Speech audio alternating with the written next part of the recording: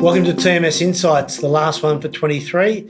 Ben, it's December and it's almost Christmas, so apart from wishing everybody a really fabulous Christmas break, a bit of a wrap for the year, and it's a good one.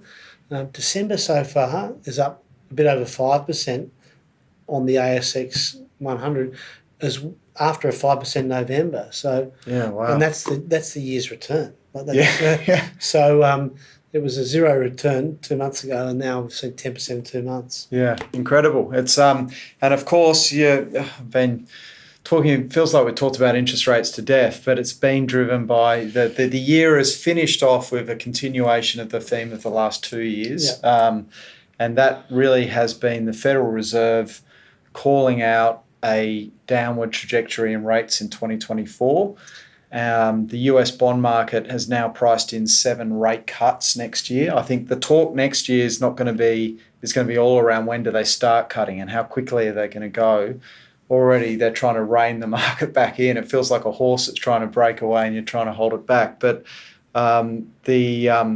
certainly the majority of the world has now got on top of this inflationary issue, and they've now got the ability to start cutting rates to start trying to support the economy. It's going to be a bit different here for us, though, I think. Yeah, I mean, the markets here aren't pricing anywhere near that level of cuts. No. And markets do change their minds on these things. But the main thing, that, as you said, equity markets have now got on board because the Fed's followed the markets and agreed on that general direction. So we don't fight the Fed's a good idea, more than fight the market. But that's the basis for which we'll approach 24 now, is that the difficulties of rate rises affecting valuations won't be something we're looking at. No. It'll be back to earnings and back to other things, including corporate issues and the like. Yeah. Yeah, I think next year's going to be a stable interest rate environment in Australia. The US is going to have a tailwind,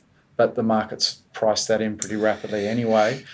And so we're not going to see this crazy PE expansion and contraction that we've seen all of the last 2 years, which really, hasn't been so much to do with how a business is performing. It's just whether it's an interest rate winner or loser has been the talk of the last couple of years. Yeah, exactly.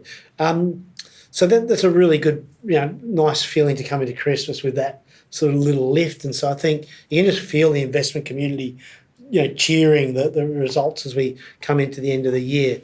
You can also feel the level of corporate activity rising. Yeah. And this week alone, even though we're 3 days into the last big week of the year, has been really busy on the corporate front. And highlights, I think, a confidence about what 24 will start with. Just a couple of deals. Now, everybody knows Chemist Warehouse, and people won't necessarily know what's coming up for them via the backdoor listing into Sigma. Yes. But that will get a lot of attention next year. That will, and I think that's an $8 billion deal on its own rights, roughly with what they're valuing, thinking Chemist Warehouse could be valued at.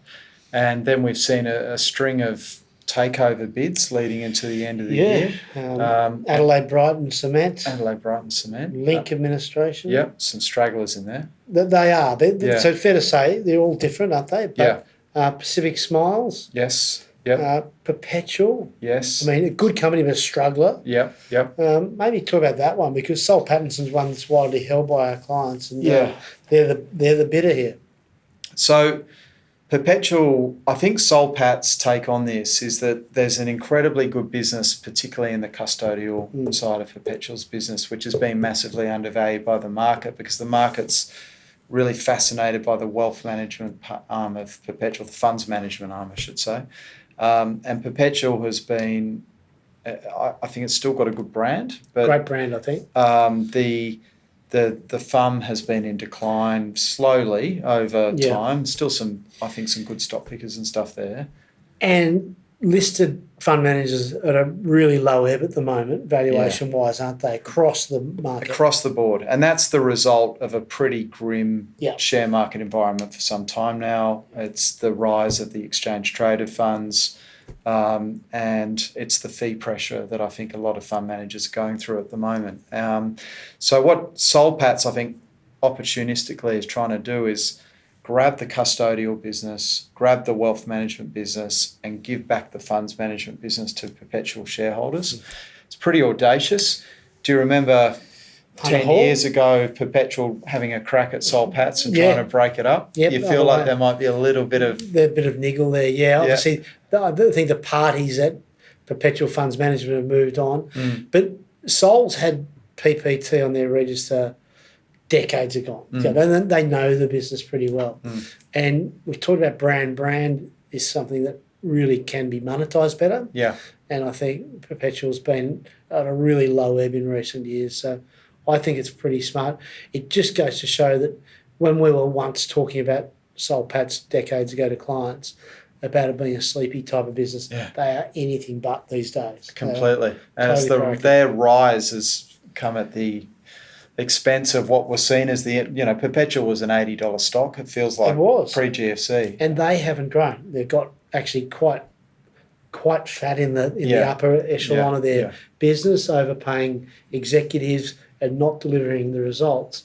And Soul Patts won't cop that. So, and a string of, the Pendle merger, the purchase of this US fund manager. That's it. And I think that the big issue that a lot of these listed funds management groups have had is the power of the fund managers, where it's the power is with the managers, not so much with the management. The individuals, exactly. So the read on the rest of those sort of takeovers, does that come about often when we see a turn in the market or the psyche of markets? That there's just too much in this single week to be... they're not isolated cases or combining at once. And it's not just this week. It's been the last few weeks. There's been a kick up in this. Mining, there's been a whole lot of other things. I mean, Gina's had a go at Azure again yesterday. So you do see this at tipping points in the market. And we've seen it in the past, and both at both ends of the extremes, I'd say. You see a lot of takeovers right before the markets have the downturn as well. You do. Because everyone loses their heads a little bit. But this feels like a lot of these buyers, you would say, the smart buyers, Soul Patts, but you've got, with Abri, it's a shareholder there that sat there for decades and would know the business backwards. Gina Reinhardt's no fool, that's for sure. So it's not like private equity money is starting to flush through the system or anything like that. We'll see, but I'm pretty optimistic on next year. I think this is another sort of tick the box thing that you're starting to see corporate activity happening in the market, and hopefully it continues through. One of the things, and I'll just quickly mention, Ben was also appearing on a couple of things that are of interest to clients, that Livewire piece this week, and also the Market Matters video, which I think most clients might have seen if they've received our emails of last week or the week before. But some really good content there. The question you get often asked on those is what's going to happen next year, of course. So you well answered that question in some places, but maybe just some thematics that people can pick up on. I mean, we talked in the office a fair bit about when are the small caps going to turn, but I think we've seen the beginning of that already, particularly in the US. There's a breadth of buying that's followed in the last couple of weeks there. Completely. We used to talk about the top 7 stocks in the US and the other 493 in the S&P 500. You can see those other 493 doing something now. Yeah, completely. And I think there'll be some themes, because I'm of the view we're in a bull market now, and that started sort of mid this year in America. And we're seeing classic bull market behaviour where it was the blue chips that led it, and the money's starting to trickle down because that stuff starts to get a bit expensive in the short term, and people look for, that's at this bit. And small caps are I think, a really interesting area because they have underperformed dramatically for many years now, both here and in America. I think it's been on most markets in the world. And the valuation gulf that has opened up between blue chips and smalls, I think on most small cap, when you look at the managers' reports, has never been wider. No.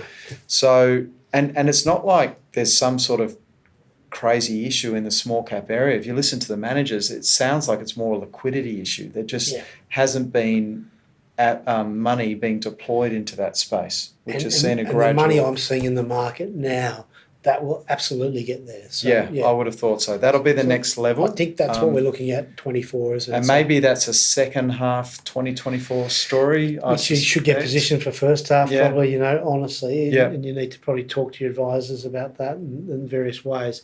The other one I was going to talk about in terms of a turnaround sort of play is property, in particular commercial maybe.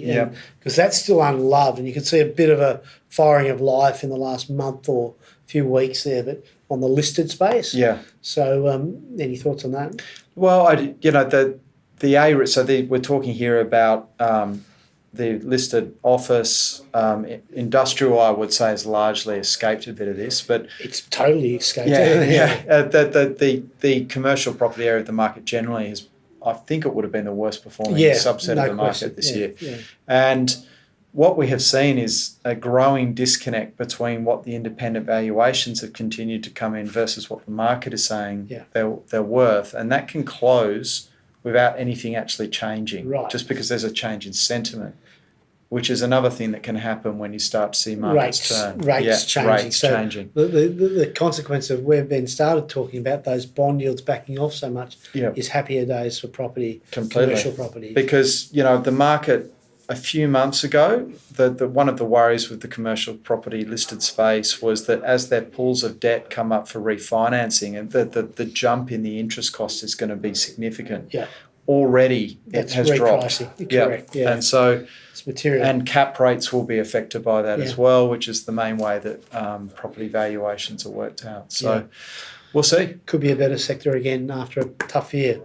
We'll see about a lot of things in 24, but we'll be here back in 24. We'll be here on the business days every day but the public holidays. The office is open. But on behalf of Ben, myself and the whole team at TMS, it's an opportune time to wish everybody a very Merry Christmas and a great 24. Yeah, absolutely. Hope you have a good holiday. Look forward to seeing you in 24.